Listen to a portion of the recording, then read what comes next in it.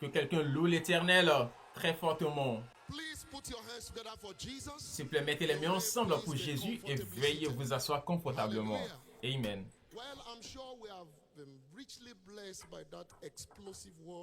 Je suis sûr que nous avons été richement bénis par cette parole explosive qui nous a été envoyée.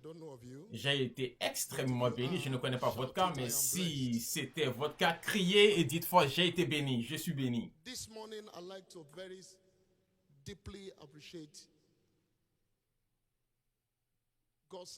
Ce matin, je voudrais apprécier le serviteur de Dieu, mon père dans la foi, mon père, mon papa, qui m'a donné le privilège de partager la parole sur cet autel exalté. La plus grande chose qu'un homme peut vous donner,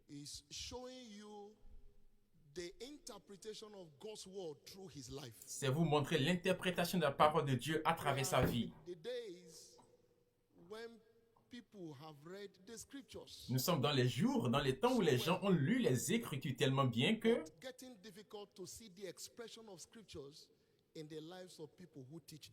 ils ont lu la Bible, mais c'est difficile de voir l'expression de cette parole dans la vie de ceux qui la prêchent. Nous sommes privilégiés d'avoir le serviteur de Dieu et pendant toutes ces années qu'il a été là avec nous, ce qui a été notre courage, c'est que nous voyons la lumière de Dieu lorsqu'il enseigne. Nous voyons cette lumière-là pratiquement dans sa vie. Alors c'est facile pour nous de suivre. Je voudrais vous remercier, Papa, pour cette grande opportunité. Amen. Que quelqu'un qui est prêt à être béni mette ses mains ensemble pour Jésus. Ce matin, pour le moment privilégié que j'ai, je vais enseigner sur dévoiler les mystères de la sagesse dans les Écritures. Dévoiler le mystère de la sagesse dans les Écritures. Comme on l'a entendu lors de la parole d'ouverture hier de la part de notre Père, la sagesse divine est un mystère. Et le monde trouve cela difficile. Le monde a du mal à comprendre cela. Pourquoi? Parce que le produit de cette sagesse ne peut pas être expliqué par des phénomènes naturels. Et pourtant, c'est réel. Vous avez entendu le serviteur de Dieu dire à plusieurs reprises, c'est seulement les insensés qui doutent des preuves. La bonne nouvelle est que, après ce Shiloh, votre vie qui était une explication va devenir une exclamation au nom de Jésus. La sagesse des Écritures est l'ordre de sagesse qui est toujours vivante. Elle est toujours vivante. Il faut quelque chose qui a la vie pour produire la vie. La mort ne peut donner la vie. C'est seulement quelque chose qui est vivant qui peut donner la vie. Cette sagesse est une sagesse toujours vivante. Alors, elle vous garde en vie dans tous les domaines de votre vie. Ça maintient en vie votre vie spirituelle d'une manière consistante. Elle maintient vos affaires, votre destinée, la vision de Dieu pour votre vie. Ça continue. À partir d'aujourd'hui, rien ne meurt dans votre vie au nom de Jésus. Dans 1 Pierre chapitre 1 et le verset 23, la Bible appelle la semence incorruptible. Par la parole de Dieu, qui vit et demeure pour toujours. La semence incorruptible. La semence incorruptible qui vous donne des résultats incorruptibles, qui vivent et qui demeurent pour toujours. Tout ce que l'Éternel fait, ce qui signifie tout ce que la parole fait, elle est permanente. Alors à partir d'aujourd'hui, aucun Satan ne sera en mesure d'arrêter le témoignage de Dieu dans ta vie. Cette sagesse toujours gagnante est imbibée dans les pages des Écritures. Nous avons entendu hier et ce matin qu'il y a différents types de sagesse. La sagesse terrestre, la sagesse sensuelle, la sagesse satanique. Mais ce type de sagesse se retrouve dans les pages des Écritures. Vous ne pouvez pas la voir ailleurs. Vous l'avez dans la parole de l'Éternel. Dans Psaume 19, versets 7 à 8, la loi de l'Éternel est parfaite. Elle restaure l'âme. Elle est parfaite. Elle donne des témoignages parfaits. Elle donne des résultats parfaits. Elle est parfaite. Elle restaure l'âme. Le témoignage de l'Éternel est véritable.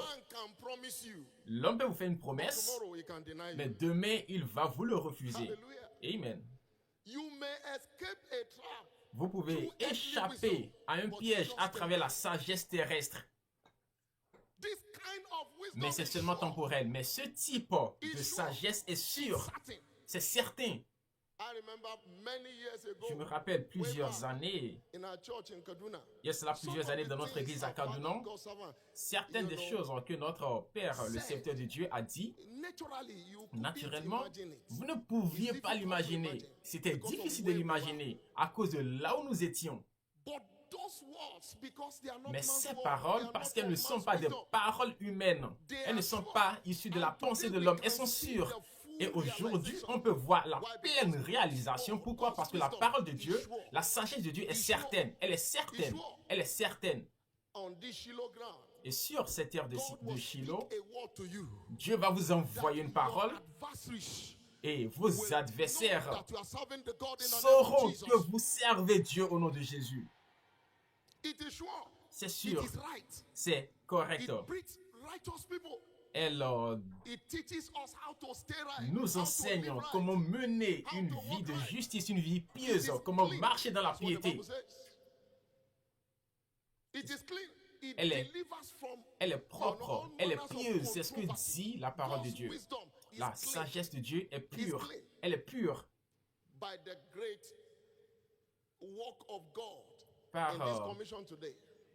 Avec l'aide de Dieu dans cette commission aujourd'hui, tout le monde sait que la main de l'Éternel est forte. Pourquoi? Parce que atteindre ce niveau à travers la sagesse de Dieu, c'est clair pour tout le monde, c'est tangible. La sagesse de Dieu est pure et elle donne des résultats purs. À partir d'aujourd'hui, vos résultats ne seront plus questionnables au nom de Jésus. Cette sagesse n'est jamais vieille. Elle est toujours actuelle ou actualisée. Elle n'est jamais vieille. Nous vivons dans un monde de modernisme où le Satan est en train de corrompre des vases, des vertus. Satan est en train d'essayer de corrompre la parole de Dieu. Et nous avons vu beaucoup d'autres choses qui étaient dans le monde auparavant, mais ça vient maintenant dans l'Église. Pourquoi? À cause de la modernité. Cette parole est actualisée. Elle n'est jamais archaïque. Elle n'est jamais archaïque. Elle est toujours à jour. Ésaïe 55 et verset 1 à 2. Ésaïe 55. Il dit, tous ceux qui ont soif, venez aux eaux. Même celui qui n'a pas d'argent, venez acheter et manger. Venez acheter du vin et du lait, sans argent, sans rien payer. Pourquoi pesez-vous de l'argent pour ceux qui ne nourrissent pas? Pourquoi travaillez-vous pour ceux qui ne rassasient pas? Écoutez-moi donc, et vous mangerez ce qui est bon, et votre âme se délectera de mes succulents.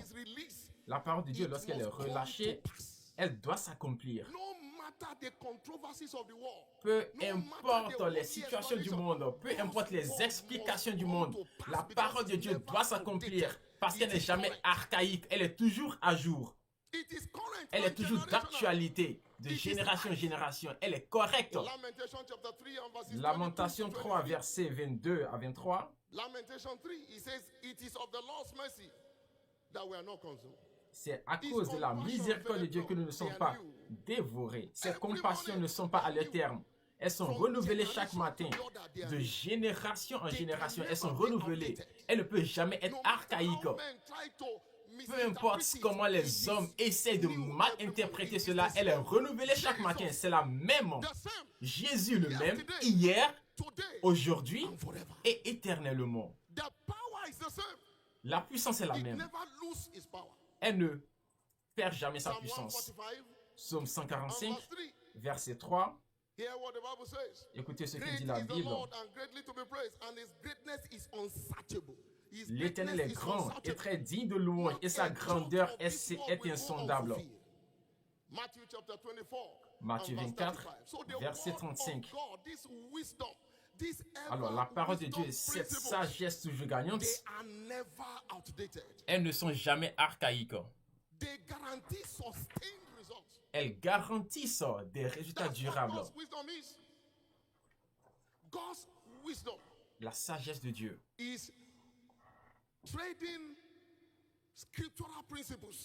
c'est mettre en pratique les principes des Écritures. Les principes des Écritures, pas les principes du monde. C'est engager l'approche de Dieu, suivre l'approche de Dieu dans toutes les situations de la vie. Lorsque vous suivez l'approche de Dieu, ça détruit l'opprobre. Cet opprobre persiste toujours parce que tu n'as pas engagé la bonne approche qu'il faut basée dans des Écritures. Il y a un chemin qui a l'air correct, qui semble correct, mais la fin, c'est la mort. Mais appliquer les principes des Écritures, les principes toujours triomphants, toujours gagnants, ça va générer des résultats toujours gagnants. À partir d'aujourd'hui, vous ne chuterez plus jamais dans la vie au nom de Jésus. Vous ne verrez plus jamais l'échec au nom de Jésus. Quel que soit le défi qui se tient devant vous, avant la fin de ce Shiloh, vous aurez votre solution au nom de Jésus. La sagesse de Dieu est applicable pour tous les temps et toutes les saisons. Tous les temps et toutes les saisons. Toutes les époques et toutes les saisons. Toutes les situations. Spécialement l'époque dans laquelle nous sommes, où les gens pensent qu'il y a trop de tensions financières. Et les principes du monde disent, pour que vous continuez à avoir, vous devez continuer à garder ce que vous avez. Mais ça, ce n'est pas la sagesse toujours gagnante. Ce n'est pas ce que dit la sagesse toujours gagnante. Dans Deutéronome chapitre 8, verset 18, tu veux la puissance, le pouvoir qu'il faut pour acquérir la richesse. C'est ça la sagesse toujours gagnante. Mais tu te souviendras de l'Éternel ton Dieu, car c'est lui qui te donne la puissance pour acquérir la richesse, afin de confirmer comme il le fait aujourd'hui son alliance qu'il a jurée à tes pères. Tu te souviendras de l'Éternel ton Dieu. Tu veux la force pour acquérir. Souviens-toi de l'Éternel, souviens-toi de l'alliance. Il y en a qui dispersent et ça c'est contraire à la sagesse du monde, car la sagesse du monde dit non, garde ce que tu as. Mais la sagesse du gagnant dit disperse sagement, avec sagesse, selon ce que disent les Écritures du royaume. Et toute autre avenue qui est acceptable par les Écritures.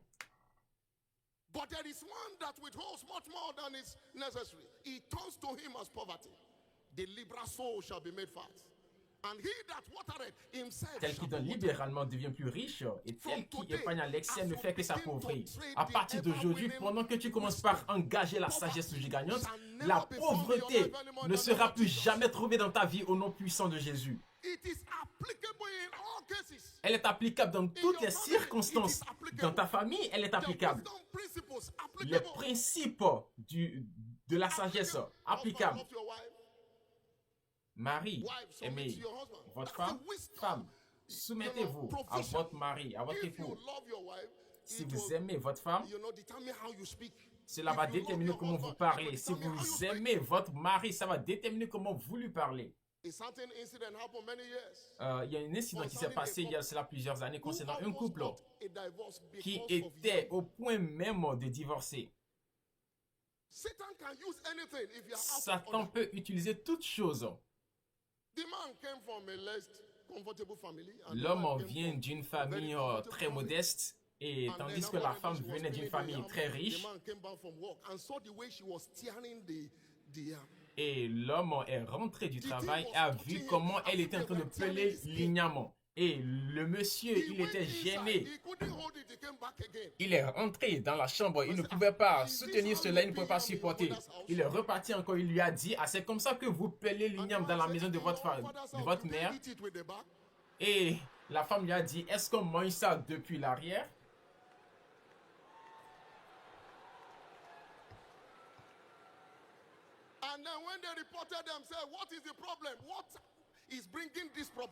Et lorsqu'on leur a demandé c'est quoi le problème, ils ont dit c'est l'igname qui est le problème. C'était l'igname qui était le problème. Alors lorsque vous sortez des principes des Écritures, Satan profite de cela.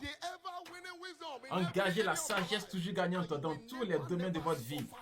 Et vous ne souffrirez jamais de la perte. À partir d'aujourd'hui, je décrète que tout ce qui te concerne va commencer par aller de l'avant au nom de Jésus.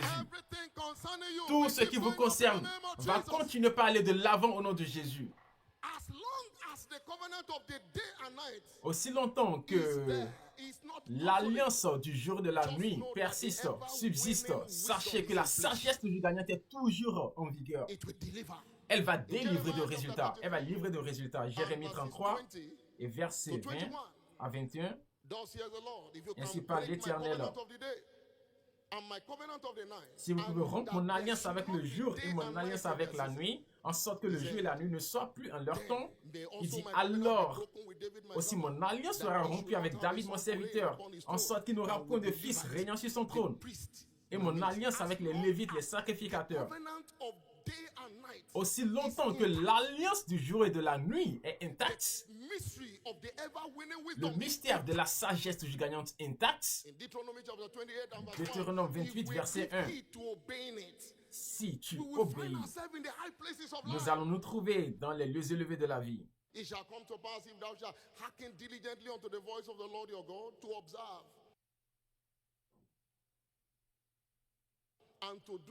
tu obéis à la voix de l'Éternel ton Dieu, en observant et en mettant en pratique tous ces commandements que je te prescris aujourd'hui, l'Éternel ton Dieu te donnera la supériorité sur toutes les nations de la terre.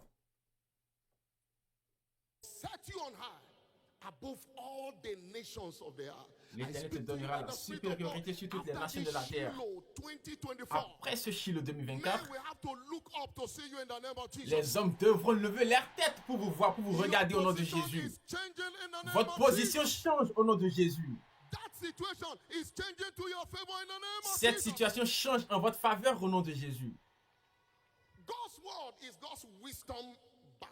La parole de Dieu est la banque de sagesse de Dieu et sa devise ne perd jamais de valeur. La parole de Dieu est la banque de sagesse de Dieu. La parole de Dieu, la parole de Dieu. Le monde entier a été conçu, créé par cette sagesse de Dieu. Psaume 119, versets 97 et 98. Il dit à combien j'aime ta loi. Elle est tout le jour l'objet de ma méditation. Elle m'a rendu plus sage que mes ennemis, car je les ai toujours avec moi. Prions, oh Dieu, non, je ne veux pas avoir d'ennemis. Même si vous citez des Écritures, ça ne va jamais s'accomplir. Parce que selon les Écritures, les ennemis seront toujours là. Les oppositions, les challenges ne sont pas censés vous engloutir. Les oppositions sont conçues pour vous faire changer de position. car je les ai toujours avec moi. Mais à travers ta sagesse, tu m'as rendu plus sage que mes ennemis. Ils seront toujours là. Mais si vous ne voulez pas avoir d'ennemis, alors c'est que vous ne voulez pas réussir. Si vous ne voulez pas avoir d'ennemis, c'est que vous ne voulez pas aller de l'avant. Même si vous êtes même par terre au plus bas, ils vont quand même mal parler de vous. Ils sont toujours là. Il y a certaines personnes, ils vont rire, ils vont sourire et vous saluer. Mais derrière vous, ils vont dire autre chose. Amen. Vous venez juste d'acheter une voiture et vous partagez la nouvelle avec eux. Ah, ils disent Dieu merci. Ah, félicitations. Mais après votre départ, ils commencent par dire à quelqu'un, ah, fais mieux.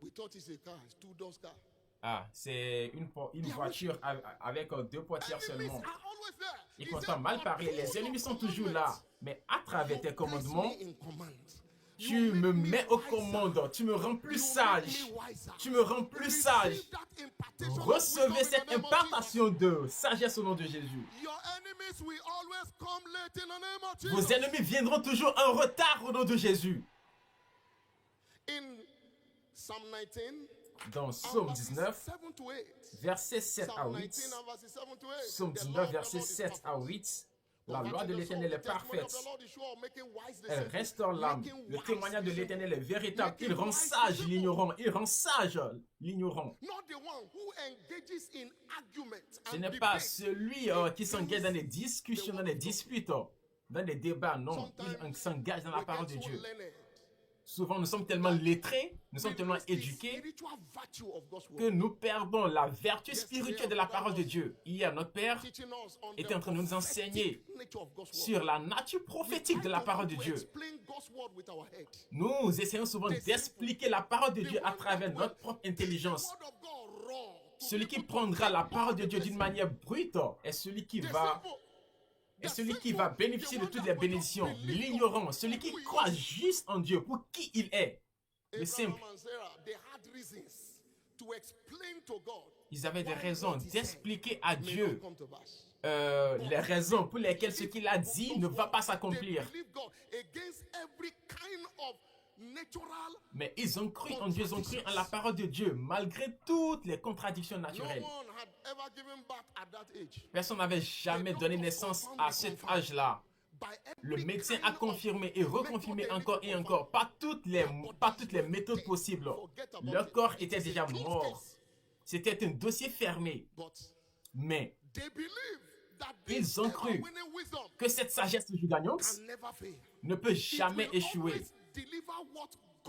Elle va toujours livrer ce que Dieu a dit. Dieu ne peut mentir. La parole dit qu'il a magnifié son nom, sa parole au-delà de son nom.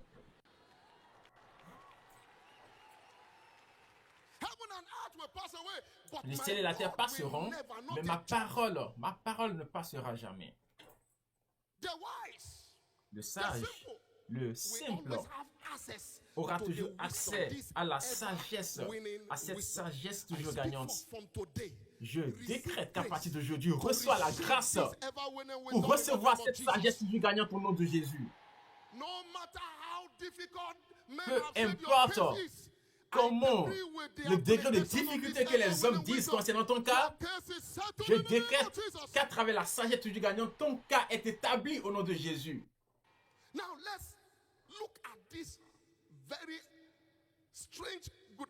Maintenant, regardons, examinons quelques bonnes nouvelles que nous devons voir concernant la sagesse du gagnant. Numéro 1, la sagesse surnaturelle est la marque d'identité de l'Église de la fin des temps.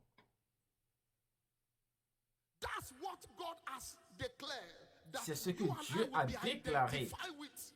Et Dieu a dit que c'est à travers cela que nous serons identifiés en ces derniers jours. Matthieu 13, verset 54. La Bible dit, lorsqu'il est revenu dans son pays, dans sa ville, dans sa nation, il enseignait dans la synagogue. Et les gens disaient, d'où lui viennent cette sagesse et ces miracles? Cet homme-là, d'où lui viennent ces sagesses et ces miracles? Ils étaient étonnés. Maintenant, écoutez-moi, par l'Esprit de Dieu et par le Dieu de Shiloh, vous quittez cette terre de Shiloh en tant qu'un étonnement pour votre monde au nom de Jésus.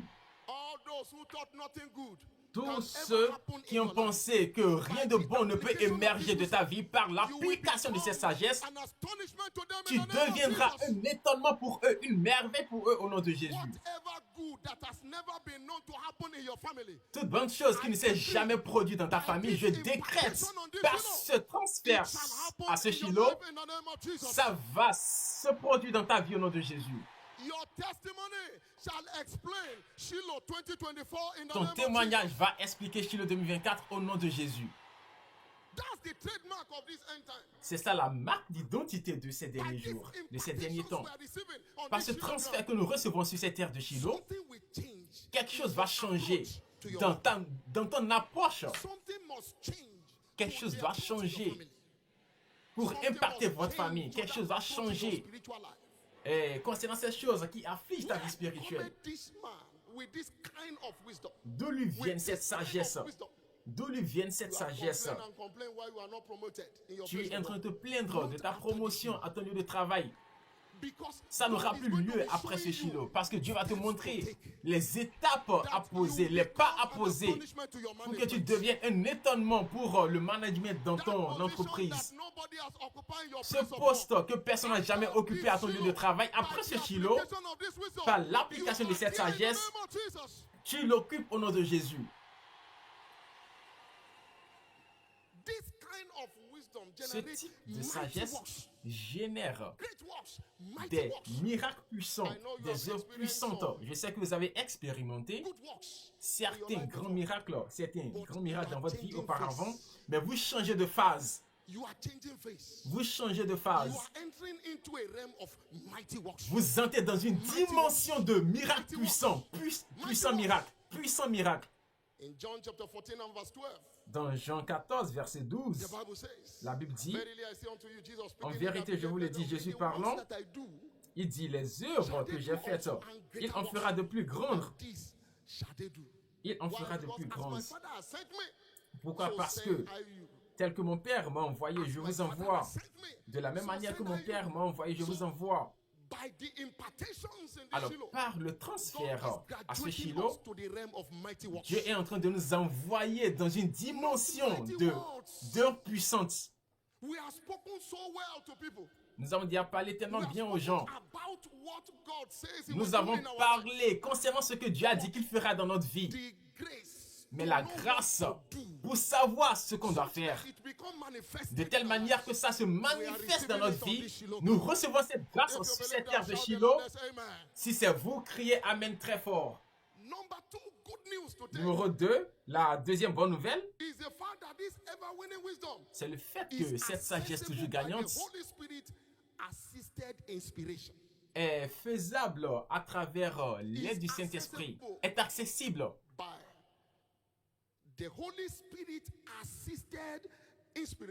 par l'inspiration du Saint-Esprit. Nous avons besoin de l'inspiration du Saint-Esprit pour savoir quel pas poser, pour savoir que faire au bon moment. Nous avons besoin du Saint-Esprit pour nous conduire, pour nous diriger, pour nous montrer la pensée de Dieu et ce qu'on doit faire. Parce que c'est ce que Dieu vous montre qui fait de vous une révélation pour votre monde. 2 Timothée 3, verset 16 à 17. 2 Timothée 3, verset 16 à 17. Toute écriture est inspirée de Dieu et elle est utile pour enseigner, pour convaincre, pour corriger et pour instruire dans la justice, afin que l'homme de Dieu soit accompli et propre à toute bonne œuvre. Toute écriture est inspirée de Dieu. Par l'inspiration du Saint-Esprit. Par conséquent, nous devons donc créer du temps pour le Saint-Esprit. Dans 1 Corinthiens 2, des choses que les yeux n'ont jamais vues, que les oreilles n'ont point entendues, qui ne sont pas montées dans la pensée de l'homme les choses que Dieu a préparées pour ceux qui l'aiment. Mais Dieu les a révélées à nous par l'Esprit. Car l'Esprit sonde toutes choses. Oui, les choses profondes de Dieu, les profondeurs de Dieu. Plus la révélation est profonde, plus haut vous irez dans la vie. Nous devons nous concentrer sur l'inspiration du Saint-Esprit. Pas sur ce que nous connaissons, même pas sur nos expériences. Le Saint-Esprit a la parole pour traduire la pensée de Dieu pour nous. David, il a demandé d'abord, dois-je poursuivre? Il a dit oui. Et il a demandé encore. Donc, on ne doit pas se concentrer sur l'expérience d'hier. Non, les expériences sont bonnes. Mais ne nous concentrons pas. Ne faisons pas confiance à notre expérience, mais faisons plutôt confiance à ce que Dieu dit en cette saison. Ne souffrons pas le Saint-Esprit dans notre vie. Vous voulez le Saint-Esprit? Vous voulez marcher parfaitement avec le Saint-Esprit pour recevoir l'inspiration? Maintenez une vie spirituelle. Maintenez une vie spirituelle. Rassurez-vous que votre homme-esprit est en feu pour Dieu, pas un pied à l'intérieur et un pied dehors. Menez une vie de piété. Si vous voulez le Saint-Esprit, alors vous devez vivre une vie pieuse afin de commander son attention, afin d'avoir son attention. Menez une vie pieuse. Évitez l'esprit qui essouffle. Comment va-t-il vous parler? Il y a tellement beaucoup de choses qui sont pleines dans votre cœur, qui vous parlent dans votre cœur. Vous êtes tellement essoufflé dans votre cœur avec beaucoup d'offenses ici et là. Des rancunes avec telle personne, des rancunes avec votre père, votre femme, avec quelqu'un dans votre unité. Même quand vous êtes à l'église en train de prier et cette personne passe, alors votre requête commence par changer en même temps sur le champ. Évitez un esprit qui essouffle. Laissez partir les offenses afin que Dieu puisse venir dans votre vie. Maintenez un esprit pur. Un esprit pur. Louange à Dieu. Menez une vie d'action de grâce. Arrêtez de vivre une vie de murmures et de plaintes. Toutes choses, vous êtes là à vous plaindre. Oh, il y a trop... Le soleil est ardent, il y a trop de pluie. Oh, je suis fatigué. Tout le temps en train de vous plaindre. C'est pourquoi tout est compliqué aussi dans votre vie. Ceux qui se plaignent rendent leur vie compliquée.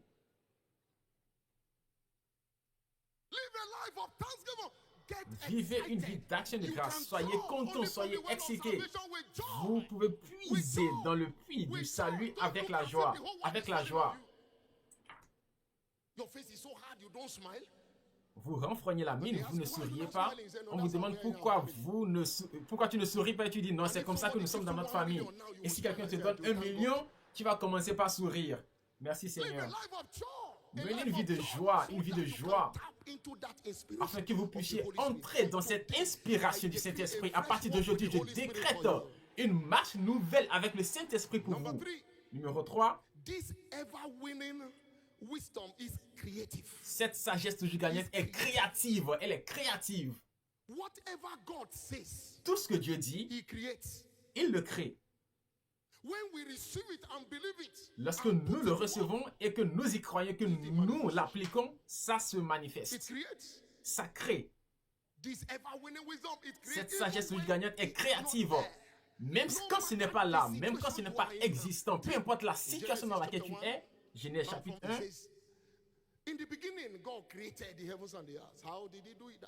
Au commencement, Dieu créa les cieux et la terre.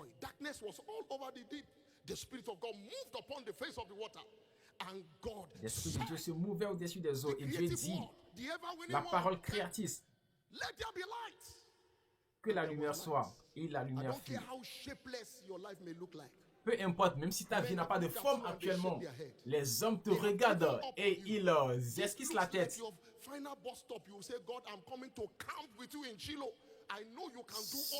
Vous dites, tu t'es dit, Seigneur, je viens camper avec toi à Shiloh. Tu es venu avec cette intention dans ton cœur. Je décrète par la parole de Dieu que Dieu va te visiter au nom puissant de Jésus. Le Dieu de Shiloh te visitera au nom de Jésus. Tes amis t'ont peut-être rejeté, ta famille t'a peut-être rejeté. Même pendant que tu marchais, ils t'ont chassé, tout le monde t'a rejeté. Et tu es seul maintenant avec Dieu. Je parle comme un sacrificateur de l'Éternel parce que cette sagesse n'échoue jamais. Tout ce qui manque dans ta vie, mon Père va le transformer en témoignage pour toi au nom de Jésus. Je ne sais le type de verdict négatif avec lequel tu es venu et tu es allé dans les meilleurs hôpitaux que tu es parti. Les mêmes verdicts négatifs. Lorsque cette situation change au nom puissant de Jésus. Et dernier point numéro 4. Voyez ce que dit le livre de sagesse. Voyez ce que dit le livre de sagesse. Voyez-le. Voyez-le.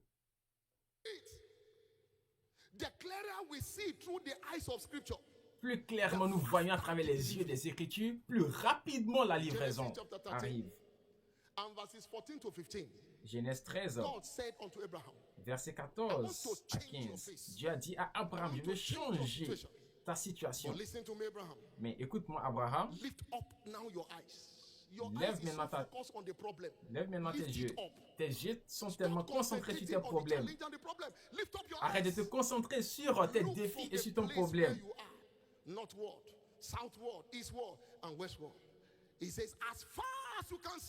Il dit aussi loin que tu peux voir.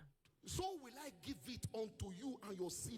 te le donnerai à toi et à ta postérité pour toujours, tout le pays que tu vois. Tout ce que dit le livre de sagesse, tout ce que dit ce livre de sagesse toujours gagnante. Jérémie 1, verset 11 à 12. Jérémie, que vois-tu? He says, you have well said, I will hasten to perform that which you have seen from my word. Je vois un amandier et il a dit, tu as bien vu. Je l'accomplirai. Tout ce que vous voyez qui est en ligne avec la parole de Dieu, il a dit, j'hâterai de l'accomplir. Voyez ce que dit le livre de sagesse. Voyez-le, voyez-le. Voyez-vous en train d'évoluer. Voyez-vous en train de vous marier. Voyez-vous en train d'avoir le fruit des entrailles. Voyez-vous en train d'être remarquable dans tous les domaines de la vie. Voyez-vous, imaginez-vous en train d'aller de l'avant. Votre guérison, votre délivrance, que voyez-vous?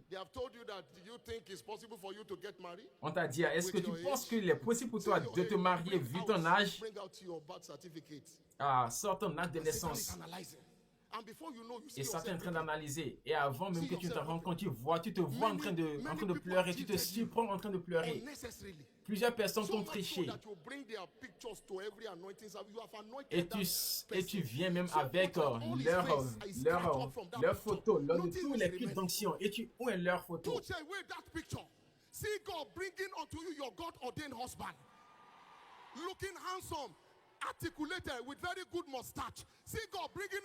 Vois Dieu en train d'amener vers toi ton mari qu'il a ordonné pour toi. Vois Dieu en train de te donner ta promotion. Que vois-tu? Ce que tu vois est ce que tu reçois. Tiens-toi debout sur tes pieds.